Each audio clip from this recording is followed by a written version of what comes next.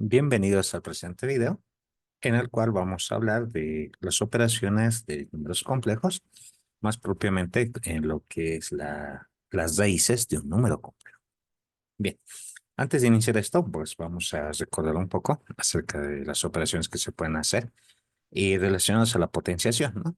En este problema de acá, como se puede observar, ¿ya? Tenemos que realizar la operación y simplificar. Y como puedes observar, tiene solamente un número que es la unidad imaginaria elevado a diferentes potencias. Entonces, por ejemplo, tenemos y a la cuarta, y a la novena, y a la 16, y a la quinta, y a la décima, y a la 15. Entonces, por ejemplo, estos números no son tan grandes, pero en todo caso, si en algún problema podría existir, no son y elevado tal vez a un número grande, como un 2500 o algo por ahí. Entonces, para poder simplificar este tipo de expresiones, se puede hacer lo siguiente, ¿no? El i a la cuarta es igual a 1. Y a la novena es igual a i a la 2 por 4 multiplicado por i. Ahora bien, ¿de dónde va todo esto de acá? Por ejemplo, cuando tú tienes una unidad imaginaria, esa unidad imaginaria se puede expresar de diferentes formas. Por ejemplo, si tienes i, esta i es la misma que la unidad imaginaria. Si tú tuvieras un i al cuadrado, llegaría a ser igual a, sabemos que la unidad imaginaria es menos 6 de menos 1. Si le damos al cuadrado, esto de acá sería menos 1. Si tenemos i al cubo es igual a menos i, porque sería como i cuadrado multiplicado por i. Y si tenemos i a la cuarta, sería como menos 1 por menos 1, o sea, sería 1. Y de a partir de este punto, todos los i's elevados a un exponente se llegan a repetir. Por ejemplo, i a la quinta sería lo mismo que i a la sexta y que i cuadrado, y a la séptima i al cubo, y a la octava igual a y a la cuarta. Entonces se va repitiendo. Entonces cada vez son estos mismos resultados. I menos 1, menos I, 1, I menos 1, menos I, 1. De esa forma. Entonces, lo único que necesitamos nosotros es expresar al número I como un número elevado a una potencia que sea múltiplo de 4. Por ejemplo, I a la cuarta es 1 nomás. I a la novena sería I a la octava por I. Pero como I a la octava es 1, antes sería I más. Y a la 16 sería i a la cuarta elevado a la cuarta, o sea, 1 a la cuarta, 1 nomás. El i a la quinta sería i a la cuarta por i, pero i a la cuarta es 1, entonces por i sería i más. Y a la décima sería i a la cuarta por 2, o sea, i a la octava por i cuadrado, pero i cuadrado es menos 1. Y así sucesivamente, cualquier número imaginario, bueno, cualquier unidad imaginaria, mejor dicho, elevada a cualquier potencia, se lo puede escribir como i menos 1 menos i o 1, cualquiera de esos. Es decir, si el número es bastante grande, utilizamos directamente un múltiplo de 4. Por ejemplo, vamos a borrar esta enseguida. Tenemos i a la 357. De esa forma. I a la 357, si es que utilizamos múltiplo de 4, entonces esta acá nos daría como si fuera i elevado a la cuarta multiplicado por 89 veces, ¿ya? Porque 4 por 89 es igual a sería 356, ¿no? Multiplicado por i. Entonces, esto sería 1, ¿no? 1 por i sería i. Entonces, si te das cuenta, un i elevado a 357 es igual que i nomás. Entonces, se puede simplificar y cualquier número elevado a una potencia lo puedes escribir como cualquiera de estos cuatro, ¿no? Como uno de estos cuatro, mejor dicho, al que corresponde. Bien, vamos todo esto de acá. Ya. Y en ese sentido los reemplazamos, ¿no? Como hemos podido ver, i a la cuarta es 1, y a la novena es i, y a la 16 es 1. 2 lo dejo ahí, y a la quinta es i, y a la décima es menos 1, y a la 15 es i. ¿Listo? Y como se puede observar, se llega a simplificar varias cosas, ¿no? 2 menos 1 es 1 nomás, ahí está. 1 más 1 es 2, 2 más i es i. ¿Listo?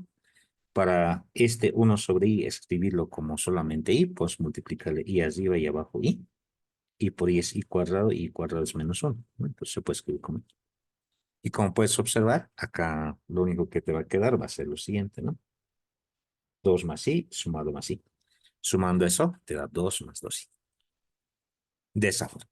Entonces, si te dan la unidad imaginaria elevado a diferentes potencias, solamente tienes que ver que sea múltiplo de 4 y con eso es más que suficiente. Bien, ahora como indicaba al iniciar este video, ¿no? Tenemos que hablar acerca de lo que es la raíz de un número complejo. ¿Ya? Entre las operaciones que habíamos hecho ya hemos visto lo que es potenciación, ¿ya? Lo que es suma, multiplicación, división y sacar el número conjugado, ¿no? Al margen de eso está la parte de sacar el módulo y sacar el argumento. Bien, vamos a entrar a esto que es la raíz de un número complejo. Entonces, es sacarle las raíces, son, que puede ser raíz cuadrada, raíz cúbica, raíz cuarta, ¿ya? Entonces, para esa parte vamos a utilizar el siguiente concepto, ¿ya? Si quieres sacar la raíz de un número complejo, o sea, z que es igual a más i veces b, ¿ya? Y n tiene que ser un número entero positivo, ¿no? Para tener una raíz cuadrada, raíz cúbica o así sucesivamente, ¿no? Entonces, la raíz enésima, que es equivalente al z elevado al 1 sobre n, se llega a representar de esta forma. Era el 1 sobre n por el cis de tita más 2 picas sobre n, donde cae 0, 1, 2 hasta un número n menos 1, ¿ya?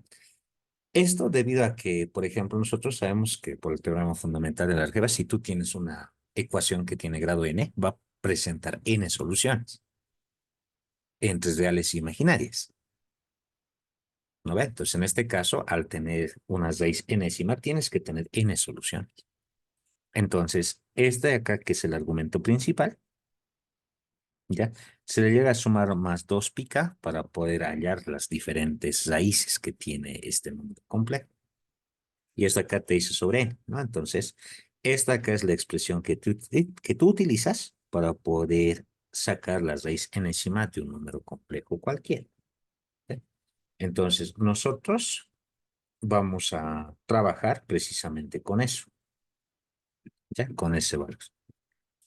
Bien, esto acá se va a plasmar mejor en un ejemplo. Vamos acá, ¿ya? Te dice esto, mira, dice W0, W1, W2 son las raíces cúbicas de la unidad, ¿ya?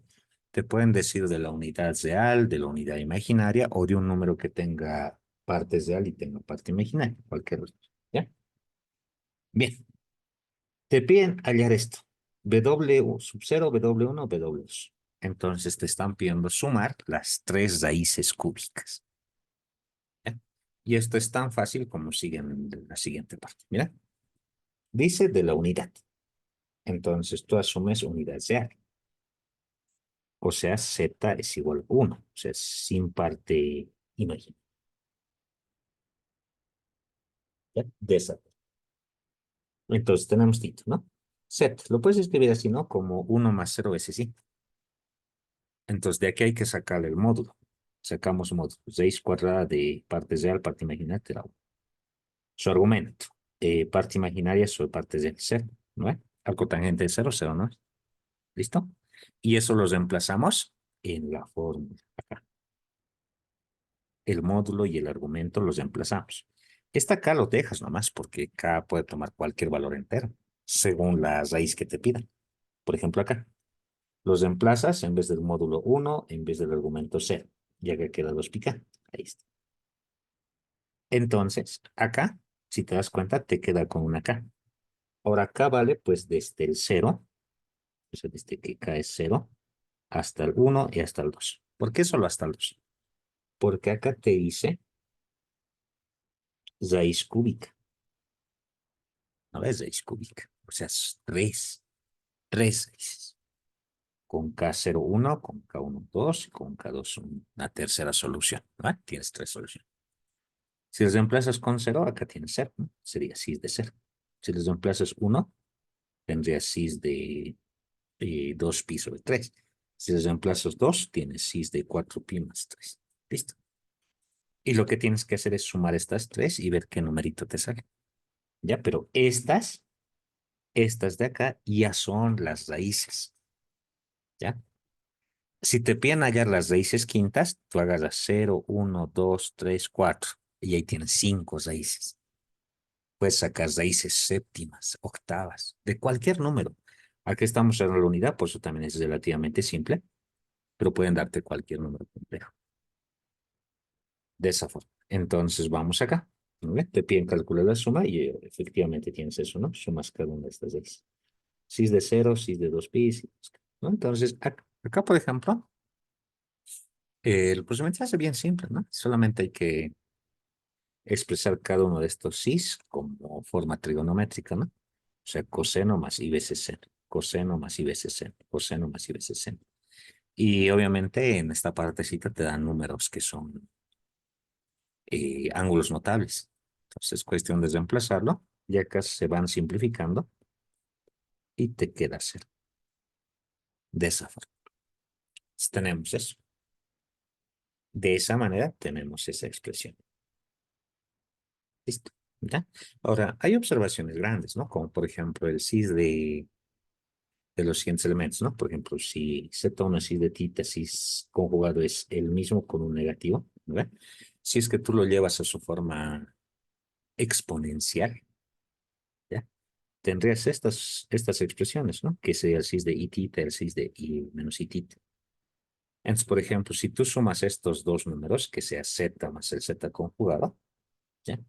Acá, por ejemplo, se va a ir esta parte, estos dos, y te queda 2 coseno de tita. Entonces tú puedes hallar una expresión para el coseno. El coseno sería esto. E a la itita más e a la menos itita sobre 2. Y si los restas, te queda tita. Seno de tita, que sería e a la itita menos e a la menos itita sobre 2. Fíjate, ¿tienes esto o tienes esto de acá? ¿No ve? Son expresiones para el seno y para el coseno en su forma compleja. Entonces, eso te está diciendo que tú puedes expresar incluso un número o una función que depende del argumento como un número completo. Entonces, esto, por ejemplo, te sirve para darte idea de que las funciones reales que se han trabajado, funciones trascendentales también, se lo pueden expresar en términos de un número complejo. Y eso es lo que se llega a desarrollar en lo que son funciones complejas. ¿Bien? Con este video damos finalizada la parte teórica de lo que es el capítulo número 1 relacionado a lo que son números complejos. ¿Bien? Vamos a dar una siguiente secuencia de videos en los cuales vamos a hablar del capítulo número 2, que son funciones complejas. Agradecidos por la atención que me brindan. Ya nos encontramos en un próximo video.